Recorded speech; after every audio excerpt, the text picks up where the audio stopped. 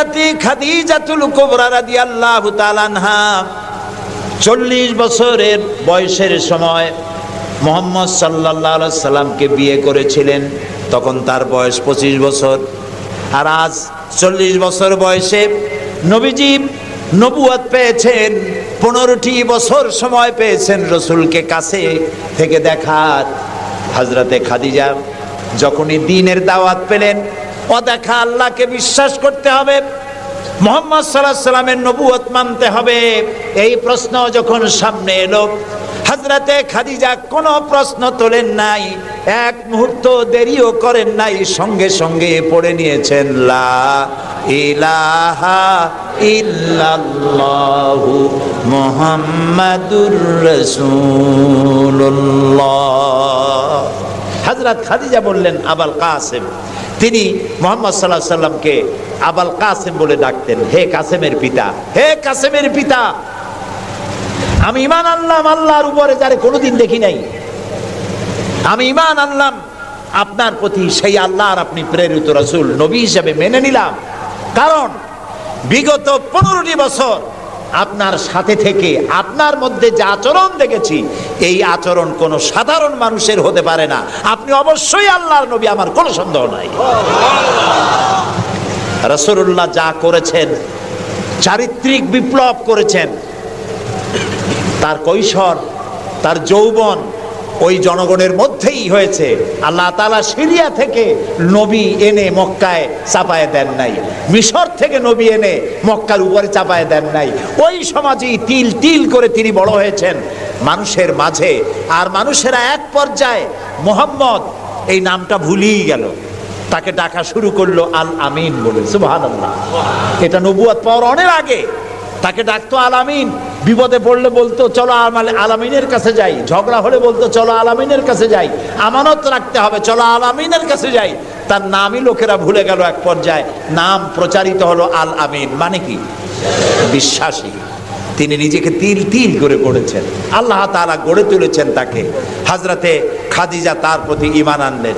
রাসূলুল্লাহ দাওয়াত দিলেন তার বন্ধু, যার সাথে তার বন্ধুত্ব ছিল 20 বছরের, হযরতে সাইয়েদুনা আবু বকর রাদিয়াল্লাহু তাআলা আনহু, 20 বছরের বন্ধু। হযরত আবু বকরের কাছে রাসূলুল্লাহ যখন দাওয়াত দিলেন যে আমি আল্লাহর রাসূল, আমার উপর ঈমান আনো, এক আল্লাহর উপর ঈমান আনো, হযরত আবু বকরও এক মুহূর্ত দেরি করেন নাই, বলেছেন আপনি অবশ্যই আল্লাহর নবী, আমার তো কোনো সন্দেহ নাই এর মধ্যে। সুবহানাল্লাহ। রাসূল পাক সাল্লাল্লাহু আলাইহি সাল্লাম এই মক্কি জিন্দেগিতে মানুষদেরকে তৈরি করলেন আল্লাহর ইচ্ছা মাফিক। তিনি দাওয়াত দিলেন একটি, তিনি বললেন ইয়া আইয়ুহান নাস কুলু লা ইলাহা ইল্লাল্লাহ তুফলিহু। হে মানব সকল, পড়ো তোমরা লা ইলাহা ইল্লাল্লাহ। জোরে পড়েন লা ইলাহা ইল্লাল্লাহ, লা ইলাহা ইল্লাল্লাহ। একথা ঘোষণা করে দাও, কোনো ইলাহ নাই, কোনো আইনদাতা নাই, বিধানদাতা নাই, শাসনকর্তা নাই, কেউ নাই ইল্লাল্লাহ, আল্লাহ ছাড়া। এই দাওয়াত যখন তিনি দিলেন, যেই সমাজের লোকেরা তাকে আলামিন বলতো, সেই লোকেরা ফুলের মালা নিয়ে দৌড়ে আসতো নাকি? তারা পাথর নিয়ে ছুটে এলো, কারণ তারা বুঝতো লা ইলাহা ইল্লাল্লাহর মানে কি। লা ইলাহা ইল্লাল্লাহর মানে শুধু কোনো ইলাহ নাই আল্লাহ ছাড়া, মুহাম্মদ সাল্লাল্লাহু আলাইহি ওয়াসাল্লাম আল্লাহর প্রেরিত রাসূল, এই কথাটুকু যদি শুধু হইতো তাহলে মার খাওয়া লাগতো না। রাসূলুল্লাহ মার খান নাই, মুসা আলাইহিস সালাম মার খান নাই, ইব্রাহিম আলাইহিস সালাম খান নাই, এমন কোন নবী নাই। 3 জন নবী ছাড়া, কয়জন নবী ছাড়া? 3 জন নবী ছাড়া মার খান নাই, দেশান্তরিত হন নাই, গালিগালাজ শোনেন নাই, ঠাট্টা বিদ্রুপ শোনেন নাই, এমন কোন নবী নাই। কয়জন নবী বাদে? 3 জন। একজন কে? আদম আলাইহিস সালাম। সে সময় কোনো মানুষই নাই, কাজেই তারে বিরক্ত করবে কে? আর ছিলেন নূহ আলাইহিস সালাম। প্রথমে বাধা পাইলেন, পরে যখন বন্যা হয়ে গেল, সব যখন মরে গেল, তখন আর তারে বাধা দেওয়ার মতো কেউ ছিল না। আর একজন ছিলেন হযরত সুলাইমান আলাইহিস সালাম। হযরত সুলাইমানকে আল্লাহ সারা পৃথিবীর রাজত্ব তার হাতের মুঠায় দিয়ে দিয়েছিলেন, সেই জন্য তার বিরোধিতাকারী কেউ ছিল না। এই 3 জন বাদে ইয়া হাসরাতান আলাল ইবাদ, বান্দার উপর আফসোস, এমন একজন নবী রাসূল পাঠাই নাই যার সাথে সমকালীন যুগের লোকেরা ঠাট্টা করে নাই, বিদ্রুপ করে নাই, মারধর করে নাই। সবাই করেছে। কারণটা কি? কারণ কি? কারণ হলো লা ইলাহা ইল্লাল্লাহর মতো বিপ্লবাত্মক রিভলিউশন সৃষ্টিকারী কথা আকাশের নিচে জমিনের উপরে আর নাই। মানে কি? মানে হচ্ছে লা ইলাহা, কোনো ইলাহা নাই, কোনো আইনদাতা নাই, কোনো বিধানদাতা নাই, কোনো শাসনকর্তা নাই, কোনো হায়াত আর মওতের মালিক কেউ নাই ইল্লাল্লাহ, আল্লাহ ছাড়া। এটি বিপ্লব সৃষ্টিকারী কথা। এই কথা যখন হযরত মুসা আলাইহিস সালাম বলেছিলেন ফেরাউনের সামনে, ফেরাউন তখন বলল, মা আলিমতু লাকুম মিন ইলাহিন গায়রি, আমি তো জানি না যে আমি ছাড়া আরো কোনো ইলাহ আছে। তুমি এক নতুন দাওয়াত নিয়ে আসছো। আনা রাব্বুকুমুল আলা, আমি তো বড় খোদা, আমি তো বড় ইলাহ। আমি এই গত 6 তারিখে মিশর সফর করেছিলাম, আমার জীবনের প্রথম এই মিশর সফর। উদ্দেশ্য ছিল মুসা আলাইহিস সালামের দেশ দেখা, ফেরাউনের দেশ দেখা। সেখানে ফেরাউনকেও অবশেষে দেখে এলাম। ফেরাউন মরে গেছে, কিন্তু তার দেহটাকে আল্লাহ তাআলা রেখে দিয়েছেন। আল্লাহ তাআলা তারে বলেছিলেন, যে জায়গায় যে দরিয়ায় তাকে ডুবানো হয়েছে সেই বাহার, সেই সমুদ্র দেখে এসেছি। যেখানে আল্লাহ তাআলা মুসা আলাইহিস সালামের সঙ্গে কথা বলেছেন সেই জায়গাও যাওয়ার তৌফিক আল্লাহ তাআলা দিয়েছেন, সেই জায়গাও দেখে আসছি। ফেরাউন,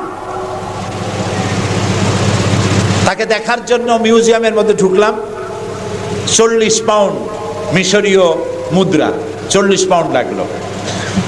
এরপরে ওর লাশ দেখার জন্য আরো 70 পাউন্ড লাগবে। পয়সা খরচ করে এই শয়তানটাকে দেখতে গেলাম। কারণ আল্লাহ তাআলা বলেছেন, কুল সিরু ফিল আরদ ফানজুরু কাইফা কানা আকিবাতুল মুকাদ্দিবিন, ঘুরে বেড়াও, আমার পৃথিবী ভ্রমণ করো। আল্লাহ তাআলা বলছেন, আমার পৃথিবী ভ্রমণ করো আর দেখো মহাসত্যের অস্বীকারীদের আমি কি পরিণতি করেছি, দেখে আসো। সুবহানাল্লাহ। আমি গিয়ে দেখলাম মিস্টার ফেরাউন শুয়ে আছে, গ্লাসের বক্সের মধ্যে কাপড় দিয়ে জড়ানো, গর্দানটা এরকম চিকন, এতটা লম্বা গর্দান, মুখের মধ্যে দাঁত একটা আছে, হাতে এবং হাত পা বের করা, তাতে কিছু নখ টক আছে এবং মাথায় কিছু চুলও আছে। কয়েক হাজার বছর আগের লাশ। সে যখন ডুবতেছিল তখন বলতেছিল, আমান্তু, না না, হ্যাঁ, আমান্তু কামা আমানাত বিহি বানু ইসরাইল, আমি ঈমান আনলাম বনি ইসরাইলরা যার উপর ঈমান আনছে। আল্লাহর উপর ঈমান আনছে এটা কিন্তু বললো না। বনি ইসরাইলেরা যার উপরে ঈমান এনেছে তার উপরে ঈমান আনলাম। ও আনা মিনাল মুসলিমিন, আল্লাহ আমি তো একজন মুসলমান, আমার আবারও সুবাও কেন? আল্লাহ তাআলা বললেন, আল আন, এখন, ওয়াকাদ আসাইতা কাবলু ওয়া কুনতা মিনাল মুফসিদিন, অথচ তুমি বিদ্রোহ ঘোষণা করেছো আর তুমি সবথেকে বড় সন্ত্রাসী। ও বলছে আনা মিনাল মুসলিমিন, ও বলছে আনা মিনাল মুসলিমিন, আমি তো মুসলমানদের একজন। আল্লাহ কয় ওয়া কুনতা মিনাল মুফসিদিন, তুই তো সন্ত্রাসী, বিপর্যয় সৃষ্টিকারী। আমি তোরে আজ শুধু মারবই না, কে বলতেছেন? আমি তোরে শুধু মারবই না, আলিয়াউমা নুনাজ্জিকা বিবাদানিক, আমি তোর দেহটাকে রক্ষা করব। পানিতে তুই পচবি না, মাটিতে পচবি না, পোকায় মাকড়ে তোরে খাবে না, আমি তোরে শুটকি বানায় রাখবো কিয়ামত পর্যন্ত। এই জন্য শুটকি বানায় রাখবো, পৃথিবীতে যত ফেরাউন তোর মতো পৃথিবীতে আসবে তোরে দেখে যেন শিক্ষা গ্রহণ করতে পারে। আল্লাহ তাআলা ওরে শুটকি বানায় রাখছে। তারপরে দেখলাম বহায়রা কারুন অস্বীকার করেছিল মুসা আলাইহিস সালামকে। তার বিশাল সম্পদ, 55,000 একর জমির উপরে ছিল তার বাড়িঘর আর সম্পদ, আহরিত সম্পদ।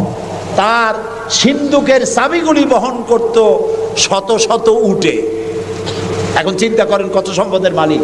মুসা আলাইহিস সালাম যখন তার কাছে যাকাতের দাবি করলেন, ঈমানের দাবি করলেন, তখন মুসা আলাইহিস সালামের উপরে বহতান, তাকে লাঞ্ছিত করলো। তাকে দুর্নাম অপবাদ দিল।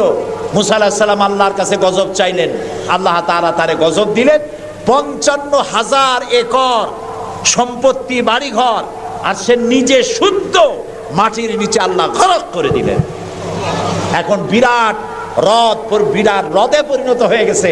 তারপরে যখন আমি দাঁড়ালাম, দেখতে পেলাম সমুদ্রের মতো কোনো কুল কিনারা নাই, কোনো কুল কিনারা নাই। তার সম্পদ শুদ্ধ আল্লাহ দাবায় রেখেছেন। আল্লাহ তাআলা বলছেন, পৃথিবী ঘোরো আর দেখো মহাসত্যের অস্বীকারীদেরকে কি ধরনের শাস্তি দিয়েছি, দেখে আসো। সুবহানাল্লাহ। এই ফেরাউনের কাছে যখন মুসা আলাইহিস সালাম বললেন, ঈমান আনো আমার উপরে, আল্লাহর উপর ঈমান আনো, সে কয়, মা আলিমতু লাকুম মিন ইলাহিন গায়রি, আমি তো জানি না আমি ছাড়া আরো কোন ইলাহ আছে, আমি তো ইলাহ। তুমি যদি আমাকে ছাড়া কাউকে ইলাহ মানো, লা আজআলান্নাকা মিনাল মাসজুনিন, আমি তোমাকে কারারুদ্ধ করে রাখবো। মুসা আলাইহিস সালাম কয়, তুই কারে জেলের ভয় দেখাও? আমি তো আল্লাহর পয়গম্বর, আমি তো তোমার জেলের পরোয়া করি না। সুবহানাল্লাহ ওয়া বিহামদিহি। মুসা আলাইহিস সালামকে কে পাঠাইছে ফেরাউনের কাছে? কে পাঠাইছেন? আল্লাহ তাআলা নিজে পাঠাইছেন। আল্লাহ তাআলা বলছেন, হে মুসা, আমি তোমাকে আমার জন্য বানাইছি। সুবহানাল্লাহ। ওয়া নাখতারতুকা ফাসতামি' লিমা ইউহা। এখন শোনো আমি তোমারে কি বলি। ইযহাব ইলা ফিরআউনা ইন্নাহু তাগা। ফেরাউনের কাছে যাও, সে সীমা লঙ্ঘন করেছে, তার কাছে দ্বীনের দাওয়াত দাও। মুসা আলাইহিস সালাম বলেন, আল্লাহ, আমি তো কথা বলতে কি একটু তোতলা ভাব, আমি তো কথা ভালো করে বলতে পারি না। রব্বিশরাহ লি সাদরি ওয়া ইয়াসসির লি আমরি ওয়াহলুল উকদাতাম মিন লিসানি ইয়াফকাহু কাওলি। আল্লাহ তাআলা আমার সিনাটারে খুলে দাও, আমার বক্তব্যকে স্পষ্ট করে দাও, আমি যা বলি তা যেন মানুষ বোঝে সুযোগ করে দাও। হারুনা আখিসদুদ বিহি আজরি ওয়া আশরিকহু ফি আমরি, আর আমার ভাই হারুনকে আমার সহযোগী করে দাও।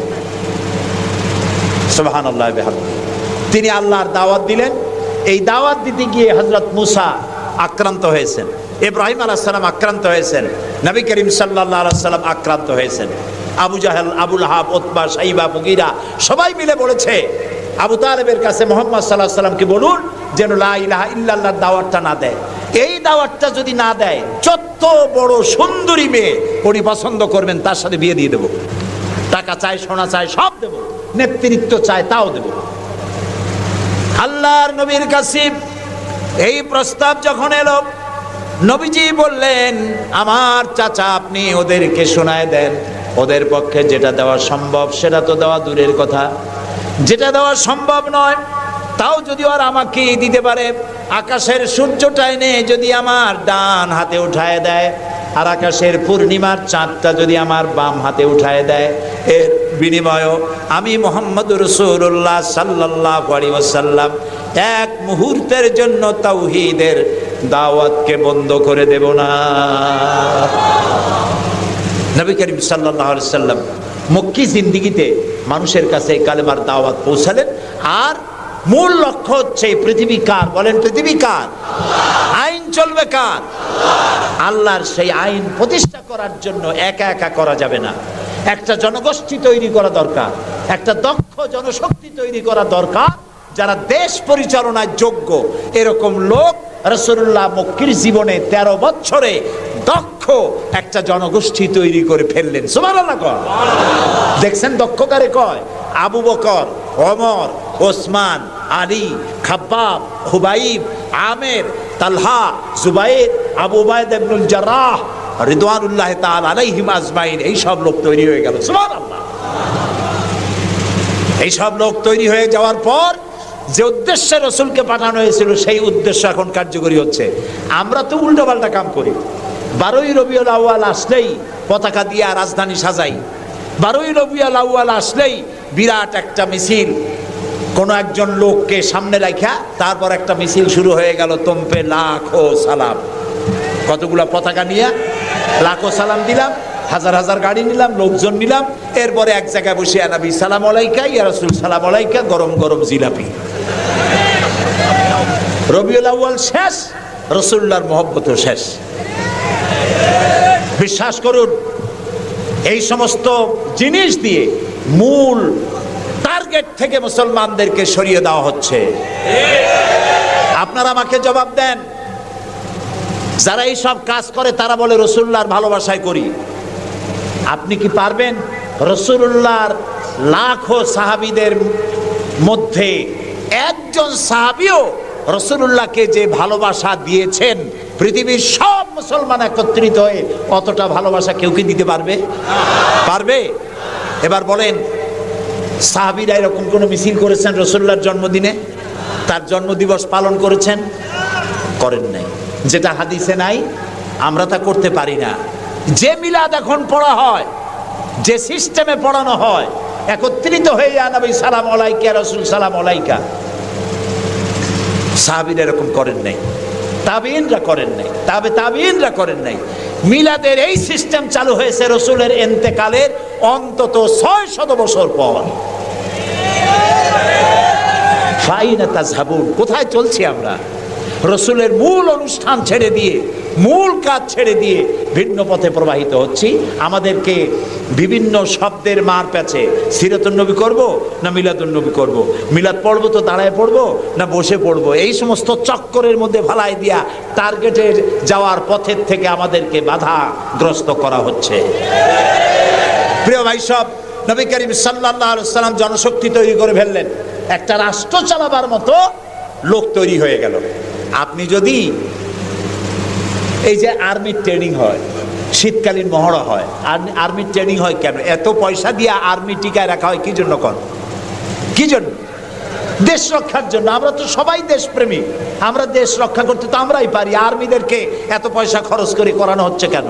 এই জন্য করানো হচ্ছে, যখন যুদ্ধ বাঁধবে তখন আপনি অস্ত্র চালাইতে পারবেন না, অস্ত্র চালাবার মতো যোগ্যতা সম্পন্ন লোক গভর্নমেন্ট তৈরি করে, প্রতিরক্ষা বাহিনী তৈরি করে, যাতে করে কোনো দেশ আমার স্বাধীন ভূমির উপরে আঘাত করতে না পারে। সেই জন্য এখন এটাকে পরিচালনার জন্য ট্রেনিং দেওয়া হয়। মুসলমানদেরকে আল্লাহ তাআলা কোরআনের মাধ্যমে, ইসলামের মাধ্যমে, হাদিসের মাধ্যমে তাদেরকে ট্রেনিং দেওয়া হয়। জমিন আল্লাহর, আইন চলবে আল্লাহ। আইনের ইমপ্লিমেন্টের জন্য, সে আইন প্রয়োগ করার জন্য দক্ষ যোগ্য জনশক্তি প্রয়োজন। রাসূলুল্লাহ নিজের সোহবত দিয়ে ধন্য করেছেন সাহাবায়ে কেরামদেরকে, তাদেরকে তৈরি করতে সক্ষম হয়েছেন। 13 বছর চলে যাওয়ার পর আল্লাহ পাক তাকে হিজরত করার অর্ডার করলেন। এবার রাসূলুল্লাহ মদিনায় চলে আসলেন। মদিনায় এসে ইসলামী রাষ্ট্রের ঘোষণা দিলেন। সুবহানাল্লাহ বলেন। এবার রাসূলুল্লাহ প্রেসিডেন্ট, এবার রাসূলুল্লাহ কি প্রেসিডেন্ট, রাষ্ট্রপতি। আর তার সংবিধান হলো কোরআন। সংবিধান কি? কোরআন। কোরআনের আইন চালু করে দিলেন। তিনি রাষ্ট্রপ্রধান হলেন। সমাজ থেকে চুরি, ডাকাতি, জেনা, ব্যভিচার, হত্যা, ধর্ষণ সব দূরীভূত হয়ে গেল। আজ মানুষ দরজা খুলে ঘুমাবার সুযোগ পেয়ে গেল। নবী করিম সাল্লাল্লাহু আলাইহি ওয়াসাল্লাম ঘোষণা করলেন, খায়রুল কুরুনি কারনি, সর্বশ্রেষ্ঠ যুগ হলো আমার যুগ। রাসূলের যুগ হলো শ্রেষ্ঠ যুগ। সমাজ থেকে চুরি ডাকাতি নির্মূল হয়ে গেল কোরআনের আইন চলার কারণে।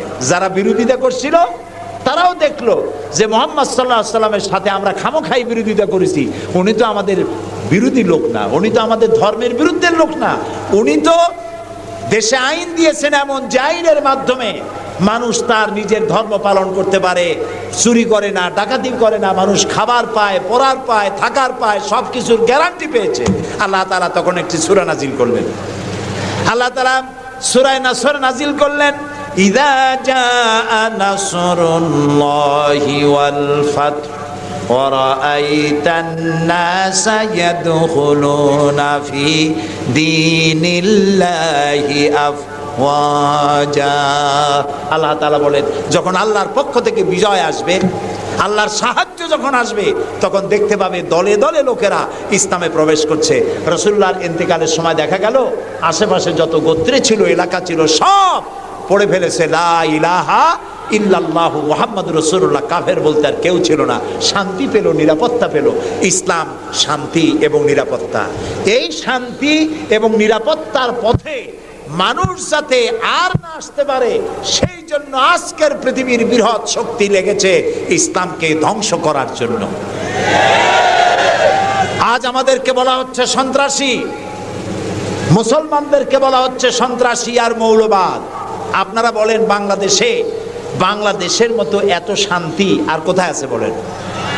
এই যে পয়লা বৈশাখ গেল, পয়লা বৈশাখী আনন্দ উদযাপন করার জন্য ঢাকা শহরে যা মানুষ নামলো, ইতিহাসে নাকি এত মানুষ কোনোদিন নামে নাই।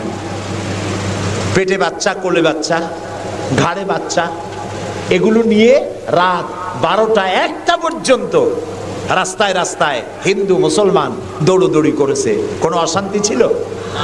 এই প্রথমবারের মতো বাংলাদেশে গত 30 বছরের মধ্যে গত রমজানে রোজার পূজা একসাথে আসলো, ঠিক না? হিন্দুরা তাদের দুর্গা পূজা করতে পারছে? বলেন না পারছে কিনা? মুসলমানেরা রোজাও রাখতে পারছে, ওরা পূজাও করতে পেরেছে, ঠিক না ভাই? এবার বলেন, এই ফেনীতে আপনারা দুর্গা পূজার সময় কয়টা মূর্তির মাথা ভাঙছেন বলেন? ভাঙছেন? মন্দির ভেঙেছেন? কোন হিন্দু পিটাইয়া ভারতে পাঠাই দিয়েছেন? বাংলাদেশে সাম্প্রদায়িক সম্প্রীতি সব থেকে বেশি ভালো, আলহামদুলিল্লাহ। কিন্তু আমাদের দেশের চিহ্নিত একটি মহল দেশে বিদেশে অনবরত বাংলাদেশের বিরুদ্ধে বলে বেড়াচ্ছে এখানে সাম্প্রদায়িক সম্প্রীতি নাই, এখানে নাকি হিন্দুরা নিরাপত্তা বোধ করছে না, এখানে নাকি সন্ত্রাসের জ্বালা মানুষ অস্থির, আর সন্ত্রাস সব নাকি তৈরি হয় মাদ্রাসায়। এরা মাদ্রাসা বিরোধী, মাদ্রাসা ওদের সহ্য হয় না। প্রিয় ভাই সব, এটাই জন্য আমাদেরকে যে কথার থেকে এই পর্যন্ত এসছি, আমাদের বলা হচ্ছে সন্ত্রাসী মৌলবাদী।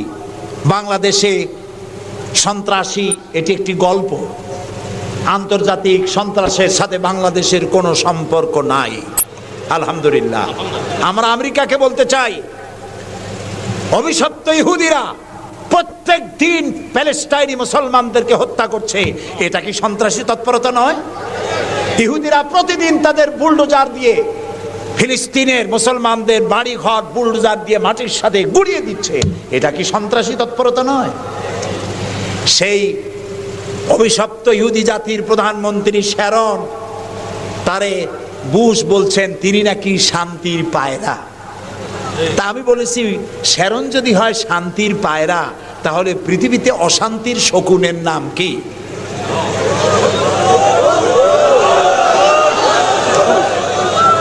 আপনাদের ফতোয়াই কার্যকরী হোক। আল্লাহ আছেন, আল্লাহ আছেন।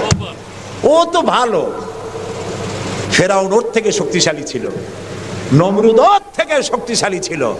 ফেরাউনরে চুবাইয়া আল্লাহ শেষ করছে, নমরুদরে জুতা দিয়ে পিটাই আল্লাহ বিদায় করে দিছে, ঠিক না? সেই আল্লাহ আছে কিনা? জোরে বলেন, আছে।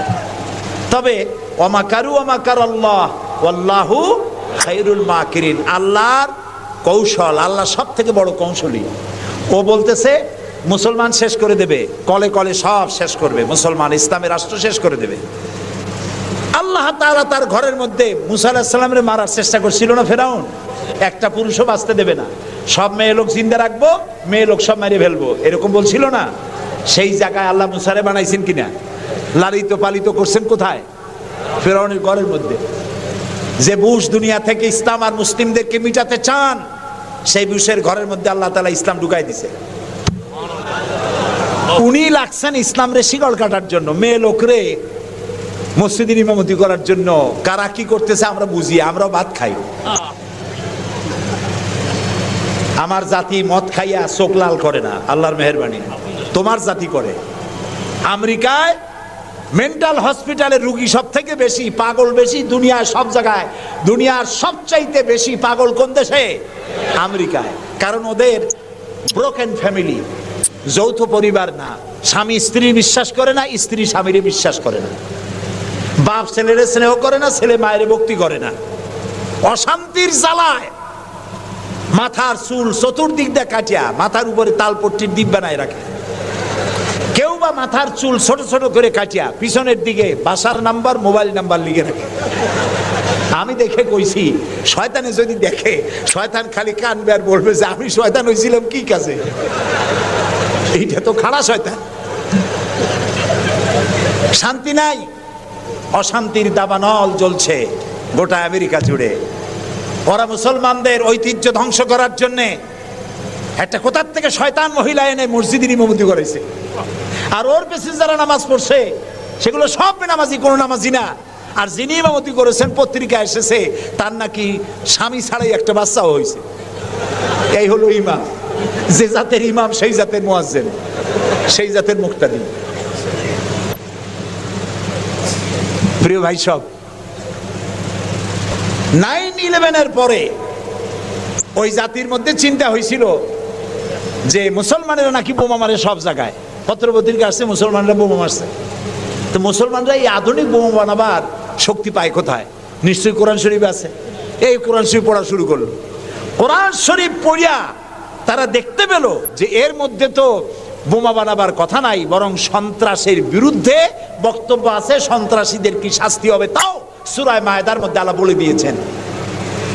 এখন কোরআন শরীফ পড়ে পড়ে অবস্থা এই হয়েছে, প্রত্যেক বছর আমেরিকায় 20 থেকে 25 হাজার আমেরিকান সাদা খ্রিস্টান ইসলাম কবুল করে মুসলমান হয়ে যাচ্ছে।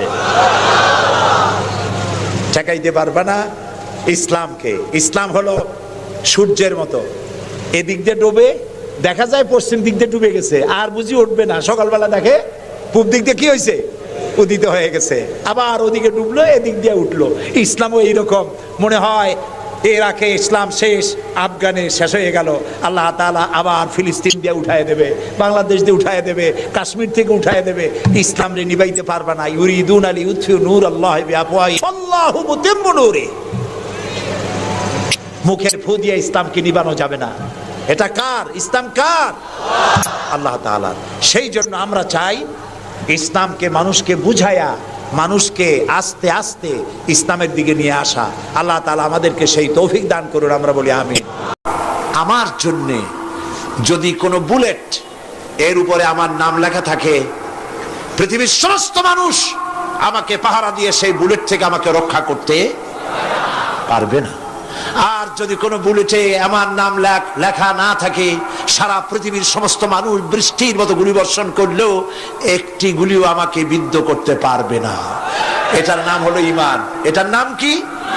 এই ঈমান পেলাম কোথায়? কোথায় পেলাম? কোরআন শরীফে। কোথায় পেয়েছি?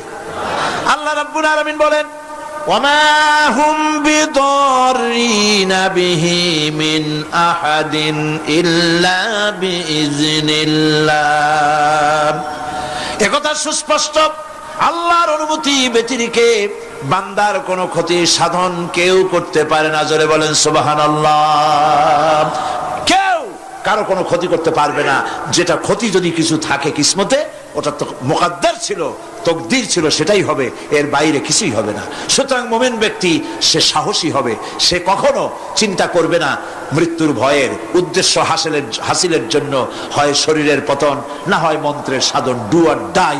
সে আল্লাহর জন্য তার জীবন দিতে প্রস্তুত থাকবে। কারণ আল্লাহ রাব্বুল আলামিন বলেছেন, ইন্নাল্লাহা আশতারা মিনাল মুমিনিনা আনফুসাহুম ওয়া আমওয়ালাহুম বিআন্না লাহুমুল জান্নাহ। আল্লাহ পাক বলেন, আমি আমার মুমিনের জান আর মালকে আমি খরিদ করে নিয়েছি, বিনিময়ে আমার বান্দাকে আমার জান্নাত দান করে দিয়েছি। জোরে কোন সুবহানাল্লাহ। মুমিনের জান আর মালকে নিয়েছেন, বিনিময় কি দিবেন? জান্নাত দান করে দিবেন। এটা হলো মুমিনদের আল্লাহর প্রতি ঈমান আনার জন্য 3 নম্বরের কোয়ালিটি।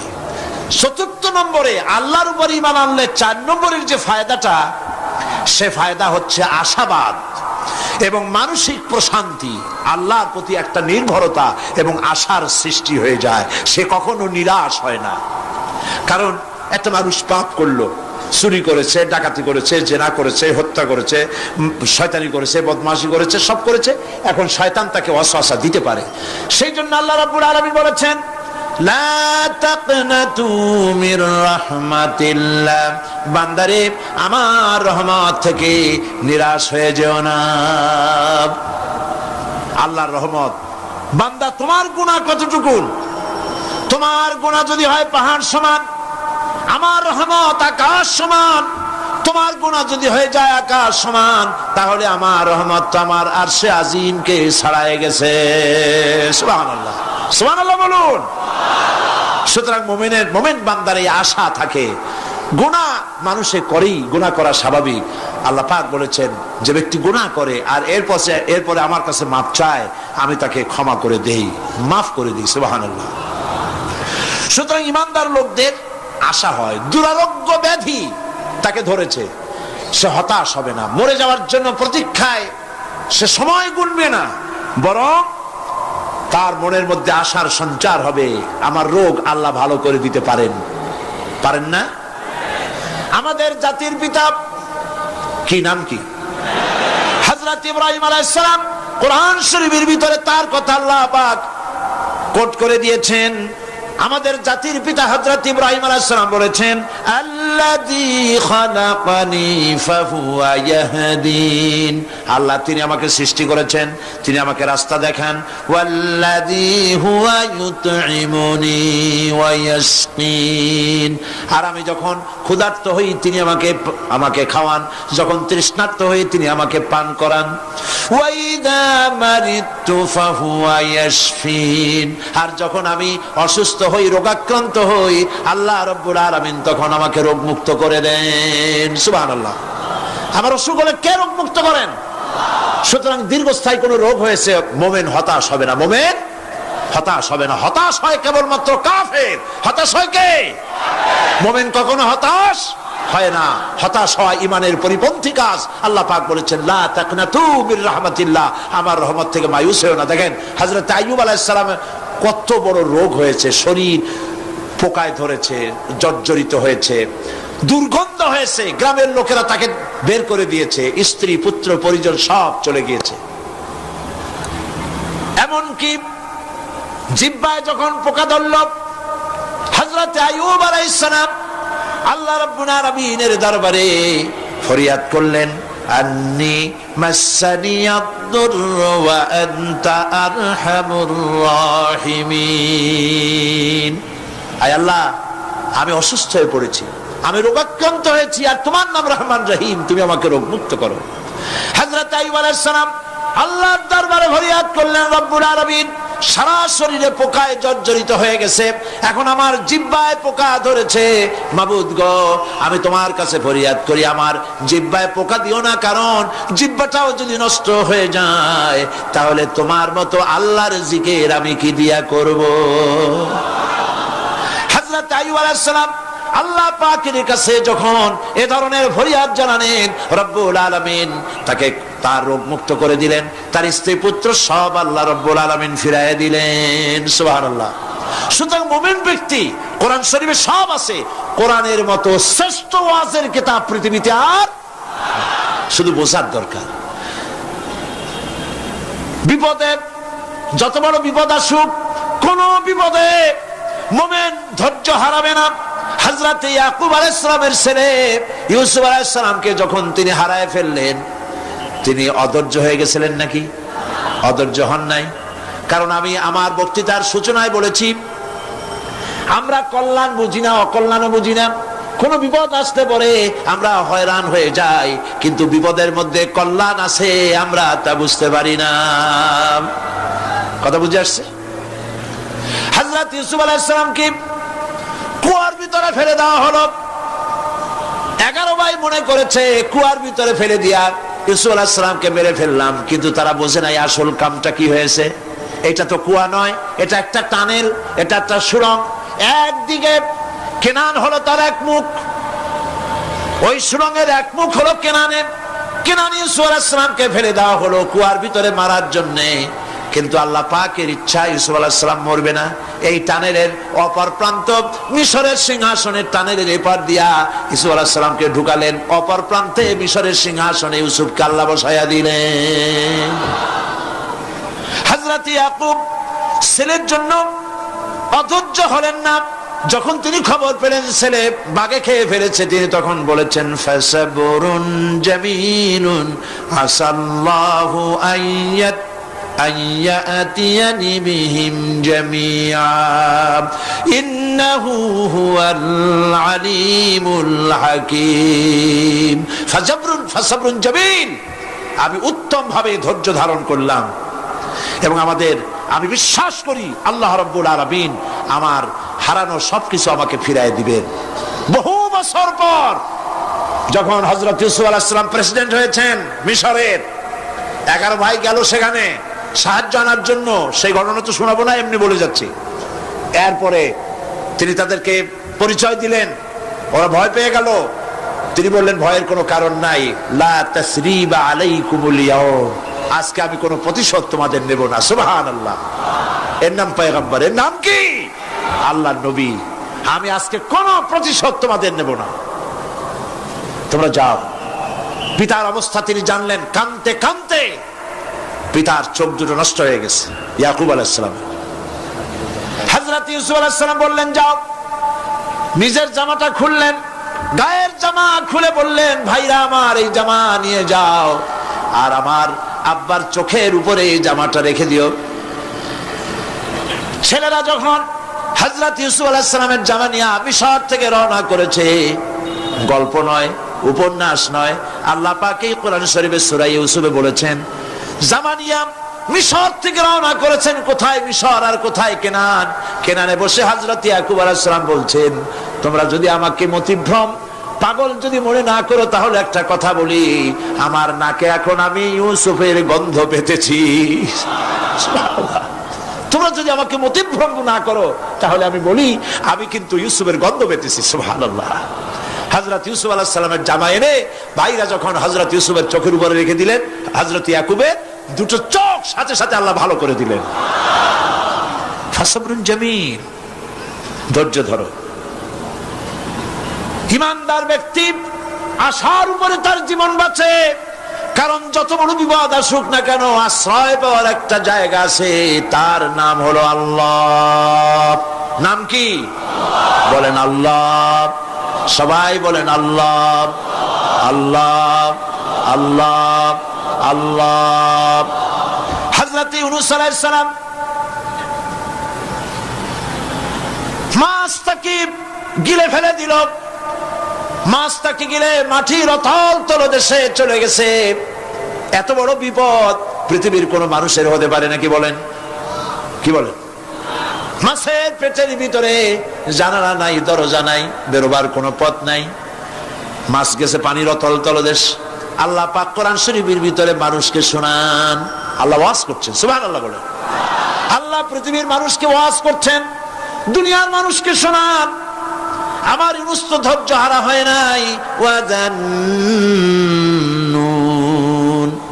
ইয যাহাবা মুগাদিবান ফাযান্না আন লান নাকদিরা আলাইহি فنادى في الظلمات أن لا إله إلا أنت سبحانك إني كنت من الظالمين فنادى في الظلمات জমায়ে কাসির ত্রিবিধ অন্ধকারের ভেতর থেকে হযরত ইউনূস আলাইহিস সালাম চিৎকার মারলেন। মাছের পেটের অন্ধকার, পানির অন্ধকার, রাতের অন্ধকার, ত্রিবিধ অন্ধকারের ভেতর দিয়ে মাছের পেটের মধ্য দিয়ে ইউনূস আলাইহিস সালাম চিৎকার মারলেন।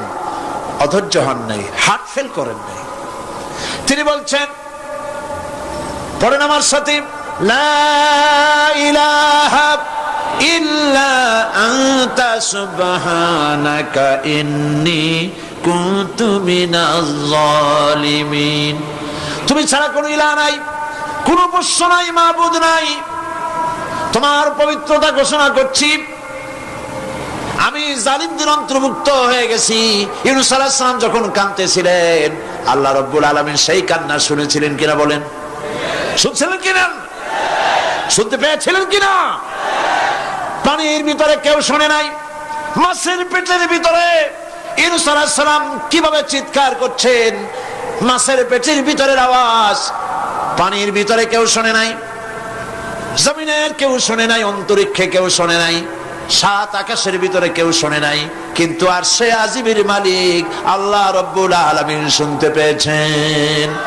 সঙ্গে সঙ্গে রব্বুল আলামিন জবাব দিলেন, ফাস্তাজাবনা লাহু ওয়া নাজ্জাইনাহু মিনাল গাম্মি ওয়া কাযালিকা নুনজিল মুমিনিন। পড়েন, ফাস্তাজাবনা লাহু ওয়া নাজ্জাইনাহু মিনাল গাম্মি ওয়া কাযালিকা নুনজিল মুমিনিন। আমি ইউনূসের ডাকের জবাব দিলাম। কে বলতেছেন? বড় করে বলেন, কে বলছেন? আল্লাহ। সুবহানাল্লাহ। আপনারা কি ভয় পাইছেন?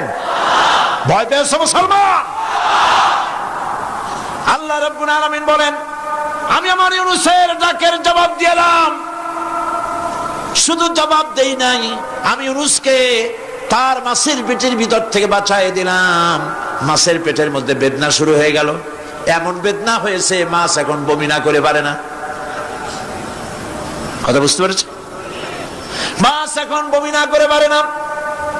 পানির উপরে মাছ ভেসে উঠল। আল্লাহ কোরআন শরীফের ভিতরে বলছেন, মাছ সাতরায়া কিনারায় চলে গেল, ইউনূস আলাইহিস সালামকে বমি করে ফেলে দিল। ইউনূস আলাইহিস সালাম বেঁচে গেলেন। আল্লাহ পাক বলেন, শুধু ইউনূসকে বাঁচাইলাম না, বরং আমি সকলের জন্য আশার বাণী শোনাই, শোনো মুমিনেরা, ওয়া কাযালিকা নুনজিল মুমিনিন। মুমিন বান্দা যারা, যত বড় বিপদ আসুক আমারে ডাকো, আমি বিপদ দিয়ে বাঁচাই দেব। সুবহানাল্লাহ। বিপদ থেকে আমি বাঁচাই দেব। আল্লাহ পাক বলেছেন, ফাইন্না মাআল উসরি ইউসরান, ইন্না মাআল উসরি ইউসরা। জেনে রাখো, দুঃখ এবং কষ্টের পরে রয়েছে সুযোগ সুবিধা, আর অসচ্ছলতার সাথে রয়েছে উদার সচ্ছলতা। যত বড় বিপদ আসছে, এই বিপদের পরেই আল্লাহ পাক তার গোলামদের উপরে রহমত নাজিল করবেন ইনশাআল্লাহ। সুতরাং ইমানদার লোকেরা, তাদেরকে আল্লাহ পাক বলছেন, কোনো ভয় নাই, কোনো চিন্তা নাই, যত বড় বিপদে পড়ো আমারে ডাকো, আমি ডাকের সাড়া দিয়ে দেব। সবাই আল্লাহরে ডাকেন। সুবহানাল্লাহ ওয়ালহামদুলিল্লাহ লা ইলাহা ইল্লাল্লাহ। জোরে পড়েন, সুবহানাল্লাহ ওয়ালহামদুলিল্লাহ লা ইলাহা ইল্লাল্লাহ, সুবহানাল্লাহ ওয়ালহামদুলিল্লাহ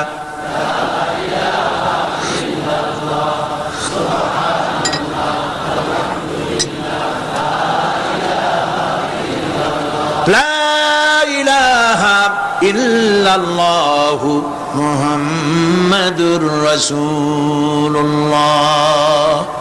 আল্লাহর উপরে ঈমান আনলে যত ফায়দা হয়, এত ফায়দা দুনিয়ায় কোথাও নাই। সুবহানাল্লাহ। আল্লাহর উপর ঈমান আনার ৫ম নম্বরের ফায়দা কয়টা বলছি? 5টা বলছি। আপনাদের অসুবিধা হচ্ছে নাকি? তাড়াতাড়ি শেষ করতেছি। 6টা বলবো, 6টা বলবো। এ হলো ৫ম নম্বর। তারপর আমরা দোয়া করব। দোয়ার দরকার আছে কিনা এই সময়? ৫ম নম্বরে আল্লাহর উপরে ঈমান আনলে পরে আরেকটি বড় ফায়দা, সেটা হলো কঠিন এবং কঠোর বিপদে আল্লাহ পাক তার মধ্যে অবিচলতার এবং ধৈর্য ধরার তৌফিক দিয়ে দেন। সুবহানাল্লাহ। যত বড় বিপদ আসুক, সেই বিপদে মুসিবতে আল্লাহ পাক মুমিনদেরকে আল্লাহর উপরে নির্ভরতা শিখায় দেন। সুবহানাল্লাহ। কারণ মুমিনদের জানা আছে যে ইমানদারদের বিপদ নতুন কিছু নয়, একেবারে আদম আলাইহিস সালাম থেকে শুরু হয়ে আসছে। ঠিক কিনা?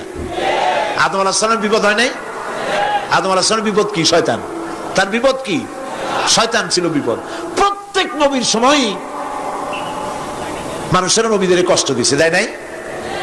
বিশ্বকবি ইকবাল বলেছেন, সতীজা কা রহা হ্যায় अज़ल से ता इमरोज, सतीजा का रहा है अज़ल से ता इमरोज, चरागे मुस्तफा भी से शरारे बुलहबीस। আবহমান কাল থেকে শুরু করে মুহাম্মদ সাল্লাল্লাহু আলাইহি ওয়াসাল্লামের চেরাগকে, নূরকে, ঈমানকে, ইসলামকে নিভায় দেওয়ার জন্য আবু জাহেলের গোষ্ঠীরা চিরকাল চেষ্টা করেছে। সব চেষ্টা কর্পূরের মতো উড়ে গেছে, মুহাম্মদ সাল্লাল্লাহু আলাইহি ওয়াসাল্লামের চেরাগ টিম টিম করে জ্বলতে রয়েছে। আল্লাহ পাক বলছেন, ইউরিদুনা লিইউতফিউ নূরাল্লাহি বিআফওয়াহিহিম ওয়াল্লাহু মুতিম্মু নূরিহি ওয়ালাউ কারিহাল কাফিরুন। ওরা চায় মুখের ফু দিয়া, কারা? কাফেরেরা, ইসলাম সহ্য করতে পারে না যারা, ওরা চায় মুখের ফু দিয়া আমার আলোটাকে নির্বাপিত করে দেবে।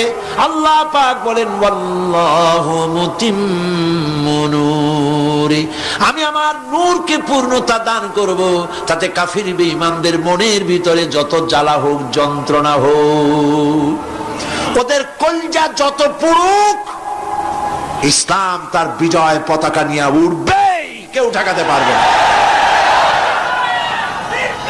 আল্লাহ রাব্বুল আলামিন, আল্লাহ পাক বলছেন, ওয়াকাযালিকা জাআলনা লিকুল্লি নাবিয়্যিন আদুওয়াম মিনাল মুজরিমিন, আর এমনি করে আমি সকল নবীর শত্রু বানিয়েছি সব পাপিষ্ঠ অপরাধ প্রবণ লোকদের। শুনছেন কথা? শোনেন নাই? আল্লাহ পাক বলছেন, দুনিয়ার সব নবীদের, তাদের জন্য আমি শত্রু বানাইছি কাদেরকে? যারা সব থেকে বেশি পাপিষ্ঠ, অপরাধ প্রবণ। এরা হচ্ছে নবীর দুশমন, এরা সব নবীদের সাথে দুশমনি করেছে। আজও দেশের আলেমদের সাথে দুশমনি করে সবচাইতে বড় পাপিষ্ঠরা। এটা কোরআন, এটা কি কোরআন? জোরে বলেন, এটা কি? আল্লাহ রাব্বুল আলামিন বলছেন, ওয়াকাযালিকা জাআলনা লিকুল্লি নাবিয়্যিন আদুওয়াম মিনাল মুজরিমিন, সব পাপীরা, পাপিষ্ঠরা আমার দ্বীনের দাওয়াত যারা দেয় তাদেরকে জীবনের দুশমন মনে করে। কেন? শোনেন, আমি কার ওয়াজ শোনাচ্ছি? কার ওয়াজ শোনাচ্ছি? আমার আল্লাহর ওয়াজ। অপরাধটা কি? নবীদের বিরুদ্ধে, নবীর ওয়ারিস ওয়ারাসাতুল আম্বিয়া কারা, তো তাদের বিরুদ্ধে তাদের অপরাধটা কি? তাদের অপরাধ সম্পর্কে আল্লাহ নিজে বলেন, ওয়ামা নাকামু মিনহুম ইল্লা আইয়ুমিনু বিল্লাহিল আজিজিল হামিদ। এদের বিরুদ্ধে অ্যাকশন নেওয়ার আর কোনো অপরাধ ওদের নাই। ওদের একমাত্র অপরাধ, ওরা আল্লাহর জমিনে আল্লাহর আইন প্রতিষ্ঠা করতে চায়। এটাই হচ্ছে অপরাধ। এই অপরাধে নবীদের শাস্তি হয়েছে, নবীরা মার খেয়েছেন, সাহাবায়ে কেরাম মার খেয়েছেন। আমরা তো সাহাবায়ে কেরামের জুতার ধুলার সমান নই, সুতরাং এগুলি আমাদের পাওনা। এই রক্তের বিনিময়, জীবনের বিনিময় আল্লাহ পাক তার দ্বীনকে প্রতিষ্ঠা করবেন ইনশাআল্লাহ। হযরতে খাব্বাব, বুখারী শুনুন, বুখারীর হাদিস। আমি কোনো কথা বানিয়ে বলি না, আমি লেখাপড়া করি, পড়াশোনা করি, চোখে দেখি, তারপরে কথা বলার চেষ্টা করি। বাজে গপ্প কিস্সা কাহিনী বলার অভ্যাস আমার কোনো কালে ছিল না, নাই। রাসূল করিম সাল্লাল্লাহু আলাইহি ওয়াসাল্লামের মতো মানুষ, ওনার মতো মানুষ, আহারে, তার চাইতে শ্রেষ্ঠ মানুষ কি পৃথিবীতে আছে? তিনি মার খাইছেন না খান নাই? আহা, কিভাবে তাকে মারলো! গলায় চাদর দিয়ে পেঁচাইয়া আছাড় মেরে ফেলে দিয়ে তারপরে তাকে প্রহার করা হয়েছে। আবু জাহেল মেরেছে, বেহুশ হয়ে গেছেন হুজুর। হযরত হামজা তখনও কাফের ছিলেন। শিকার থেকে ফিরে এসে মুহাম্মদ সাল্লাল্লাহু আলাইহি ওয়াসাল্লামের অবস্থা দেখে পায়ের রক্ত মাথায় উঠে গেছে। আপন ভাইয়ের ছেলে, আর এমন ছেলে। চলে গেলেন আবু জাহেলের বাড়ি, বললেন, আবু জাহেল, তুই নাকি মুহাম্মদ সাল্লাল্লাহু আলাইহি ওয়াসাল্লাম মারছিস? কেন মারলি? তিনি তো ভালো কথাই বলেন, সব সময় বলেন, সত্য কথা বলো, মানুষের উপকার করো, এতিমকে আশ্রয় দাও, এত সুন্দর সুন্দর ভালো ভালো কথা বলেন, তার মতো ভালো মানুষ তো দুনিয়ায় দেখি নেই। মানলি কেন? তুই কি মনে করছিস যে আব্দুল্লাহ মারা গেছে বলে এতিম হয়ে গেছে মুহাম্মদ সাল্লাল্লাহু আলাইহি ওয়াসাল্লাম? তোর মনে রাখা উচিত আব্দুল্লাহ মারা গেছে, হামজা মরে নাই। হযরত হামজা ধনুক বাইর করলেন, এক বাড়ি মারলেন মাথার উপরে, মাথা ফাটা রক্ত বেরিয়ে গেল। হামজা হন হন করে হেঁটে এলেন রাসূলের কাছে। হুজুরের অসুস্থ দেহ মুবারক কোলে উঠায় নিয়ে বললেন, বাবা। তার মস্তক মুবারক কোলে উঠায় নিয়ে বললেন, আমি আবু জাহেলের মাথা ফাটিয়ে রক্ত বের করে দিয়ে এসেছি, তুমি একটু খুশি হও। হুজুর বললেন, চাচা, কার মাথা ফাটাইছেন, কার রক্ত বের করেছেন, এই কথা বলে তো আমাকে আপনি খুশি করতে পারবেন না। তিনি বললেন, বাবা তুমি কি হলে খুশি হও? তিনি বললেন, আমি খুশি হই চাচা, তোমার মুখে যদি একটা বার আমি ঈমানের কলেমা শুনতে পাই। হযরতে হামজা বললেন, মুহাম্মদ সাল্লাল্লাহু আলাইহি ওয়াসাল্লাম, আমার বুঝতে মোটেও কষ্ট হয়নি, তুমি কোনো সাধারণ মানুষ নও। সাধারণ মানুষের প্রতিশোধে তুমি বিশ্বাসী হতে, খুশি হতে, প্রতিশোধে বিশ্বাসী হওনি, তুমি অবশ্যই আল্লাহর নবী। আমি আল্লাহকে সাক্ষী রেখে, আমি তোমাকে সাক্ষী রেখে ঈমানের কালেমা ঘোষণা করছি, লা ইলাহা ইল্লাল্লাহু মুহাম্মাদুর রাসূলুল্লাহ। ভাইরা আমার, আল্লাহর দ্বীন প্রতিষ্ঠার জন্য আমার নবীদেরকে কষ্ট করতে হয়েছে, সাহাবায়ে কেরামদেরকে কষ্ট করতে হয়েছে, আল্লাহর ওলিদেরকে। ইমাম আবু হানিফা রাহমাতুল্লাহ আলাইহিকে 8 বছর জেলের মধ্যে রাখা হয়েছিল। ইমাম আহমদ বিন হাম্বলকে চাবুক মেরে মেরে গায়ের গোশত আর চামড়া তুলে ফেলে দেওয়া হয়েছিল। তারপরেও তারা বাতিলের সামনে মাথা নত করে নাই। এর নাম হচ্ছে ইসলাম। এর নাম কি? বুখারীর হাদিস, হযরত খাব্বাব বিন আরিত রাদিয়াল্লাহু তাআলা আনহু। বুখারীতে হাদিসটা ভাবে এসেছে, ওয়ান খাব্বাব বিন আরিত রাদিয়াল্লাহু তাআলা আনহু আন্নাহু قال قال شكونا الى رسول الله صلى الله عليه وسلم وهو متوسد بردة له في ظل الكعبة। তিনি বললেন, আমরা রাসূলের কাছে গেলাম, যাই দেখি রাসূল করিম সাল্লাল্লাহু আলাইহি ওয়াসাল্লাম কাবা শরীফের ছায়ায় আরাম ফরমাচ্ছেন। আমরা কাছে গিয়ে বললাম, আলা তাস্তানসিরু লানা আলা তাদউ লানা ইয়া রাসূলুল্লাহ, হে রাসূল আপনি কি আমাদের জন্য দোয়া করবেন না? আমরা তো মার খেতে খেতে শেষ হয়ে গেলাম, আমাদের খাব্বাবকে, খুবাইবকে, আম্মারকে, সুমাইয়াকে মেরে শেষ করে দিল। ওরা আমাদেরকে না খাওয়ায় রাখে, সারা রাত খেতে দেয় না, ঘুমাতে দেয় না। তারা আমাদের বেলালকে মেরে মেরে রক্তাক্ত করে উত্তপ্ত মরুভূমির উপরে চিৎ করে শোয়ায়, বুকের উপরে পাথর চাপা দিয়ে রেখেছে। ওরা সাহাবায়ে কেরামদেরকে মারতেছে, না খাওয়ায় রাখতেছে। হুজুর আপনি কি আল্লাহর কাছে দোয়া করবেন না? এখনো কি দোয়ার সময় আসে নাই?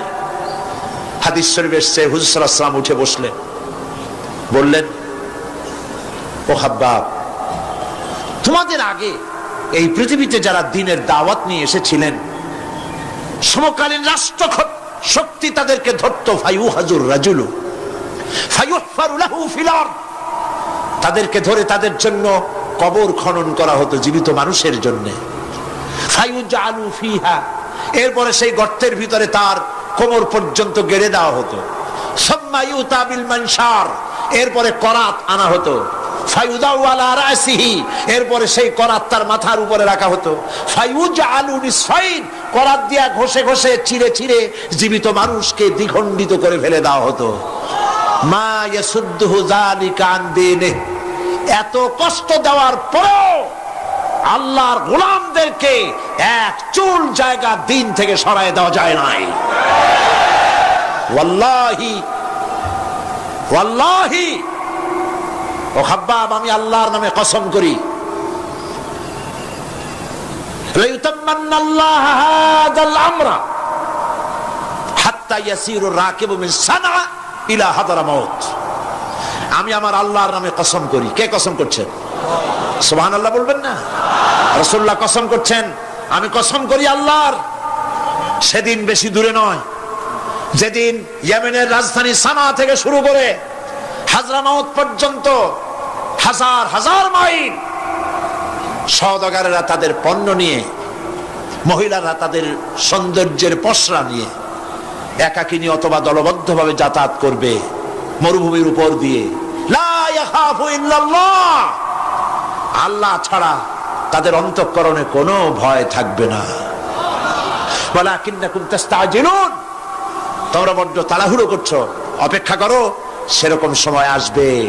রাসূল করিম সাল্লাল্লাহু আলাইহি সাল্লাম সেরকমের সময় দিতে পেরেছিলেন নাকি পারেন নাই? পেরেছিলেন কিনা? সেজন্য রক্ত দিতে হয়েছে, সেজন্য মার খেতে হয়েছে, সেজন্য জেলে যেতে হয়েছে। রাসূল করিম সাল্লাল্লাহু আলাইহি সাল্লামকে, জেল তো নতুন কিছু নয়। ইউসুফ আলাইহিস সালাম জেলে থাকেন নাই? জেলে থাকেন নাই? ঠিক আছে, রাসূল করিম সাল্লাল্লাহু আলাইহি সাল্লাম জেলে ছিলেন না? সেই জেল এরকমের দেওয়ালে ঘেরা জেল নয়, পাহাড়ে ঘেরা, চতুর্দিক থেকে পাহাড়ে ঘেরা শিয়াবে আবি তালেব 3 বছর। কতদিন? টানা 3 বছর রাসূল, তার সাহাবী, তাদের স্ত্রীরা, বাচ্চা বাচ্চা ছেলেপেলেরা 3 বছরের মধ্যে সরকার ঘোষণা করেছে এদের সঙ্গে কথা বলবে না, বাজার ঘাটে যেতে পারবে না, কেনা বেচা করতে পারবে না, সামাজিক বয়কট, সামাজিক ভাবে বয়কট করে রেখেছে।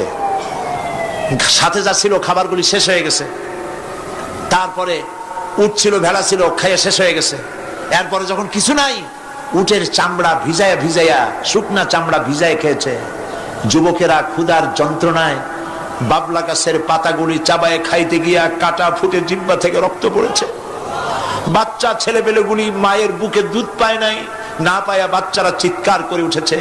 এই চিৎকার, ক্ষুধার জ্বালার এই চিৎকারের আওয়াজ শুনে কাফেরেরা চতুর্দিকে অট্ট হাসিতে ফেটে পড়েছে। সুতরাং জেল জুলুম মুসলমানদের জন্য, আলেমদের জন্য, পীর বুজুর্গদের জন্য নতুন কিছু নয়। এই জুলম, এই অত্যাচারের পরেই আল্লাহ পাকের দ্বীন কায়েম হয়েছিল মদিনায়। রাসূলুল্লাহ বলেছিলেন, খায়রুল কুরুনি কারনি, সর্বশ্রেষ্ঠ যুগ আমার যুগ। বন্ধুগণ, আল্লাহর উপর ঈমান আনলে মানুষের ভিতরে এ ধরনের অবিচলতা আসে, বিপদে ধৈর্য ধরার হিম্মত পয়দা হয়ে যায়। সুবহানাল্লাহ বলো। মুসা আলাইহিস সালাম কে? মুসা আলাইহিস সালাম কোরআন ওয়াজ করতেছে। সুবহানাল্লাহ বলে। গল্প করতেছি না কোরআন শোনাচ্ছি? গল্প করতেছি না হাদিস শোনাচ্ছি? আল্লাহ রাব্বুল আলামিন বলেন, ফিরআউন মুসা আলাইহিস সালামকে চতুর্দিক থেকে, 3 দিক থেকে ঘেরাও করেছে। একদিকে দরিয়া, 3 দিকে ফিরআউনের সৈন্যরা। কোরআন শরীফে ঘটনা এভাবে তুলতেছে, ফালাম্মা তারা আল জামআন ক্বালা আসহাবু মূসা ইন্না লামুদরাকুন। মুসা আলাইহিস সালামের সাথীরা বলছেন, হে মুসা, আমরা তো পাকড়াও হয়ে গেছি, পালাবার কোনো পথ নাই, মরছি। মুসা আলাইহিস সালাম ভয় পাইছিলেন নাকি? ঈমান কারে বলে? হযরতে মুসা আলাইহিস সালাম বললেন, কাল্লা ইন্না মা'য়া রাব্বি সায়াহদিন।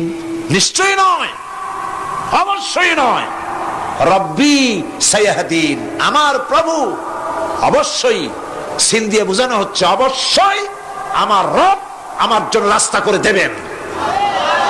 এর নাম ঈমান। সুবহানাল্লাহ বলেন। এর নাম ঈমান। চতুর্দিক থেকে বিপদ ঘনীভূত, বেরোবার কোন রাস্তা নাই।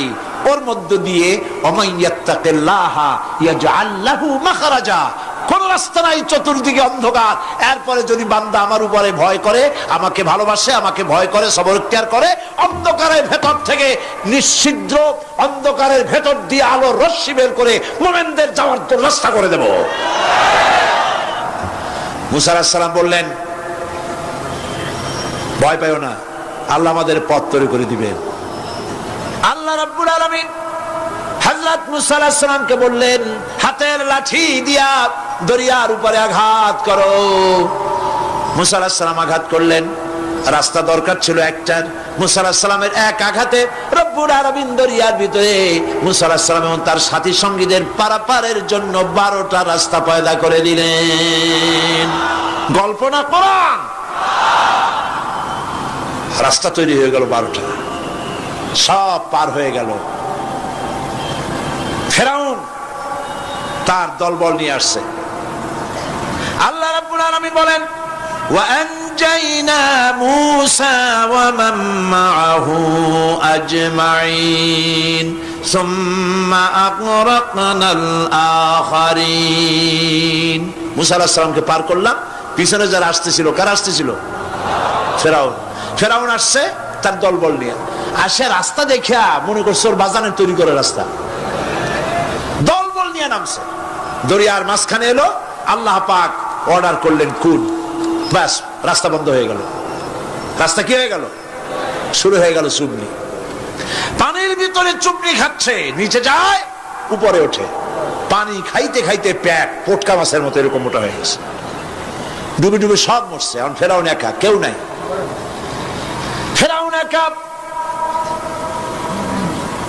ফেরাউন পানির ভিতরে চুবনি খেতে খেতে তুমানের ভিতর থেকে নাক একটু জাগায় আর বলে, আমানতু আন্নাহু লা ইলাহা ইল্লাল্লাযী আমানাত বিহি বানু ইসরাঈল। ও আল্লাহ, তুমি ছাড়া কোনো ইলাহ নাই, আমি ঈমান আনলাম ওই আল্লাহর উপরে।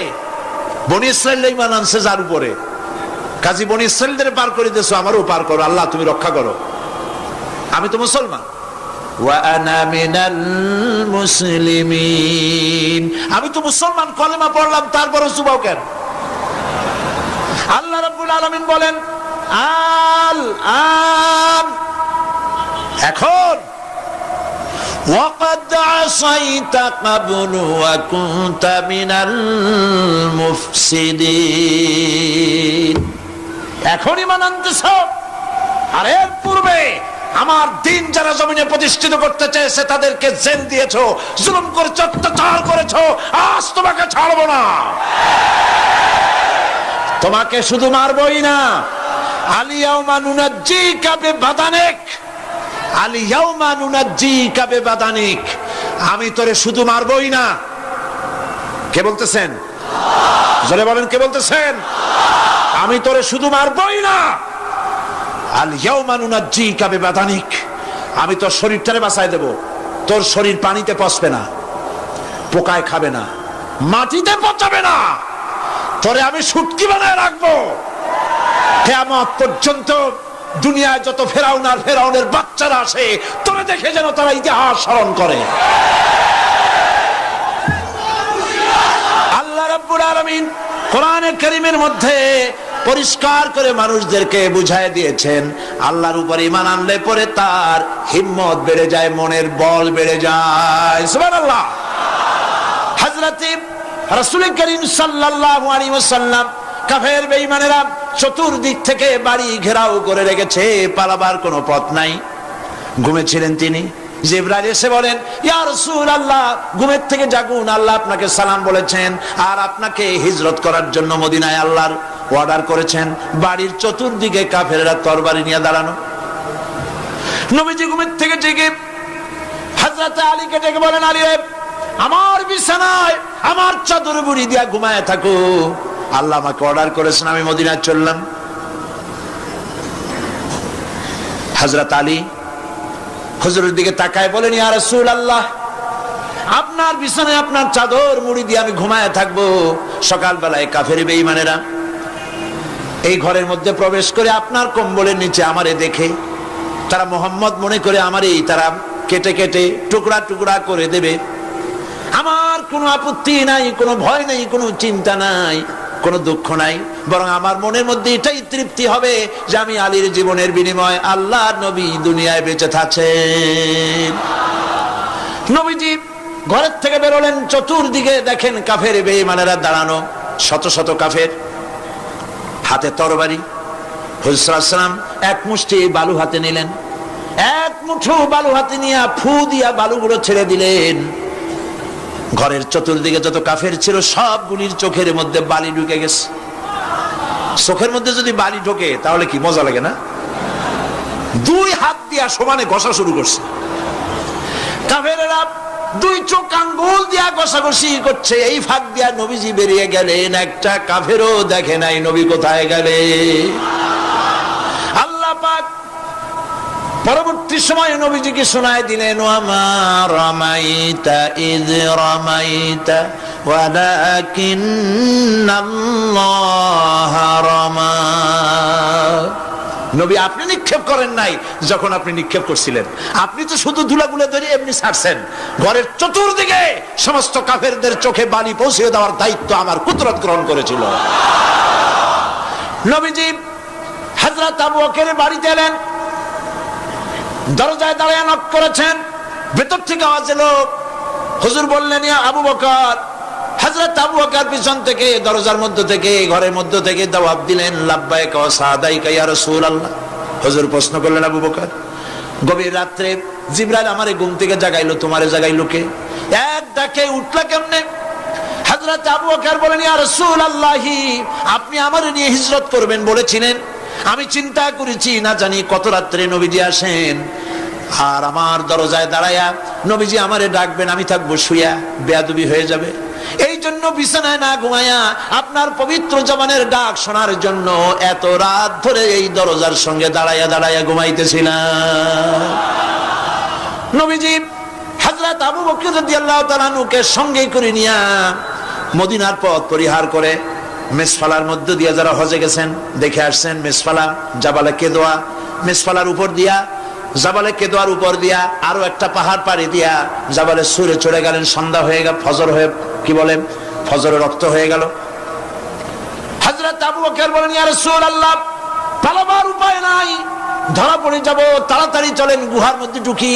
তবে পাহাড়ে গুহা, সাপ থাকতে পারে, বিচ্ছু থাকতে পারে, আমি আগে ঢুকি, কোনো বিপদ হয় আমার উপরে হয়ে যাক, আল্লাহর নবী সুস্থ থাকুক।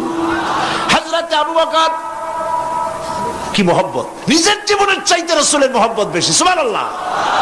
এই জন্য নবীজি বলেছেন, ও আমার সাহাবীরা, तमाम পৃথিবীর সমস্ত মুমিনের ঈমান যদি এক পাল্লায় রাখা হয়, আর একা আবু বকরের ঈমানটা যদি আর এক পাল্লায় রাখা হয়, তোমরা দেখতে পাবে तमाम পৃথিবীর মুমিনের ঈমানের তুলনায় একা আবু বকরের ঈমানের পাল্লাটা ভারী হয়ে গেছে। হযরত আবু বকর গুহা সাফ করে হুজুরকে ডাকলেন, হুজুর ভিতরে ঢুকলেন, বলেন, আবু বকর, সারা রাতের একটা বিরাট অংশ হাঁটছি, পাহাড় বেয়েছি, কষ্ট হয়েছে, তুমি একটু বসো, তোমার উরুর উপরে মাথা রেখে আমি একটু ঘুমায় যাই। হুজুর ঘুমায় গেলেন। হযরত আবু বকর লক্ষ্য করলেন গুহার গায়ে অনেকগুলি ছিদ্র, এই ছিদ্র দিয়া বড় বড় সাপ বেরোতে পারে, বিচ্ছু বেরোতে পারে, পাহাড়ে কি বেরোয় ভয় পেলেন তিনি জামা ছিঁড়ে ছিঁড়ে, চাদর ছিঁড়ে ছিঁড়ে গর্তগুলি বন্ধ করতে লাগলেন। কয়েকটা গর্ত বন্ধ করা গেল না, কাপড় শেষ। এবার তিনি নিজের পা দিয়া গর্ত বন্ধ করে বসে আছেন। বিষধর এক সাপ বহু চেষ্টা করেছে বেরোবার, কোন পথ না পেয়ে ছিদ্র পথে বেরিয়ে এসে হযরত আবু বকরের পায়ের উপরে দংশন করেছে। হযরত আবু বকর বিষের যন্ত্রণায় চোখ দিয়ে পানি পড়ছে, চোখের পানি দেখে রাসূলুল্লাহ ঘুম ভেঙে গেল। ঘুম ভেঙে হুজুর দেখেন হযরত আবু বকরের চোখে পানি। হযরত রাসূল জিজ্ঞেস করেন, আবু বকর কাঁদো কেন? বাড়ির কথা মনে পড়লো নাকি? বউ বাচ্চার কথা মনে পড়লো নাকি? কাঁদো কেন? হযরত আবু বকর বলেন, ইয়া রাসূলুল্লাহ, যেই দিন কালেমা পড়ে ঈমান এনেছি, সেদিন থেকে আমার জীবন, আমার স্ত্রী পুত্র পরিজনের চাইতে, আমার জীবনের চাইতে আপনাকে বেশি ভালোবাসি। হুজুর বলেন, কাঁদো কেন? হযরত আবু বকর সাপের দংশনের কথা বললেন, যন্ত্রণায় কাঁদতেছি। হুজুর মুখ থেকে একটুখানি থুতু মোবারক বার করে দংশিত জায়গায় লাগাই দিলেন, যন্ত্রণা বন্ধ হয়ে গেল। হযরত রাসূল বলেন, আবু বকর, যখনই দংশন করেছিল আমার উঠাও নাই কেন? তোমারটা তো কষ্ট করা লাগতো না। হযরত আবু বকর বলেন, ইয়া রাসূলুল্লাহ, সাপের বিষের দংশনের যন্ত্রণায় কষ্ট করেছি, আমার কলিজাটা যদি জ্বলে পুড়ে জর্জরিত হয়ে যেত, রাসূলুল্লাহ আরাম ফরমাচ্ছিলেন, আমি সেই আরামে বিঘ্ন ঘটাতে পারতাম না। ইত্তাবসারে কাফির বেঈমানেরা খুঁজতে খুঁজতে, বুখারী শরীফের হাদিসে এসেছে, ওই গুহার কাছে এসে গেছে। এখন কেউ বলে একজন বলে এরই মধ্যে আছে, আর একজন বলে নাই। একজন বলে যদি থাকতো তাহলে উপরে মাকড়াসার জাল কেমনে, কবুতরের ডিম পাড়িয়া সেখানে বসে আছে কেমনে? একজন বলে আছে, আর একজন বলে নাই। হযরত আবু বকর বলেন, হুজুর ভয় পেয়ে গেছি, আমরা তো ধরা পড়ে যাব। হযরত আবু বকর রীতিমতো ভয়তে কেঁদে ফেলে দিলেন। আল্লাহর নবী হযরত আবু বকরকে এই বিরাট বিপদের মধ্যে, এমন গুহা, বসলে পরে মাথা দেখা যায়, শুয়ে হাঁটু উঁচু করলে হাঁটু দেখা যায়, স্বল্প পরিসর, অগভীর ছোট্ট গুহা, আমরা ধরা পড়ে গেছি, উপায় নাই। আল্লাহর নবী হযরত আবু বকরকে কি বলি সান্ত্বনা দিয়েছিলেন, কোরআন শরীফে আল্লাহ পাক তা উঠায় দিয়েছেন। ইযহুমা ফিল গার ইয ইয়াকুলু লিসাহিবিহি লা তাহজান ইন্নাল্লাহা মা'ানা।